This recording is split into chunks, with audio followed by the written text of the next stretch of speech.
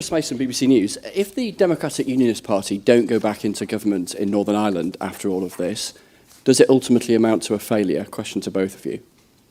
Well, Chris, I think today marks a turning point for Northern Ireland. I've spent a lot of time listening to communities there, businesses there, the unionist community as well, understanding their concerns, and I believe that today's framework addresses them. It ensures that we can move goods freely around our UK internal market, it protects Northern Ireland's place in the Union, and it safeguards sovereignty for Northern Ireland's people.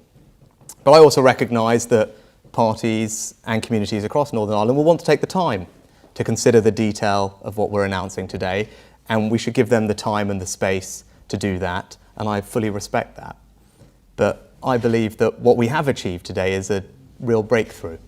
And it's now for the parties to consider that and decide themselves how to take it forward and build a better future for people in Northern Ireland.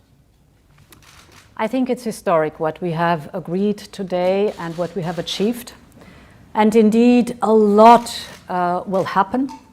The establishing of the green lane, for example, and the red lane for goods, the reducing of an amount of paperwork, reduced customs and checks on the ground, sharing customs data, information in real time. All these will drastically facilitate when implemented. It's a big step forward.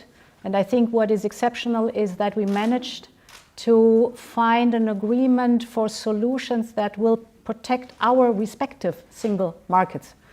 And this is a lot, and therefore I really want to thank for the excellent cooperation, and I really want to thank our teams also for all the time they've invested, all the knowledge.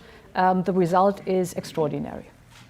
I'd echo what Ursula said about thanking our teams, and actually, Chris, to just building on what Ursula said, often we focus on the politics of situations, Westminster and all the rest of it, but this is about the people of Northern Ireland, about the communities, about the businesses there, and what's best for them. And I believe that the Windsor framework that we've agreed today really resolves the challenges that had been raised. It resolves all the practical issues on the ground. It puts people in charge of their destiny, and that's why it represents such a major breakthrough. And I hope everyone can recognise that and take the time to consider it. But this framework will start making a positive difference to people's lives in Northern Ireland almost immediately. And regardless of all the politics of this, I think that is something that hopefully all of us can recognise and celebrate.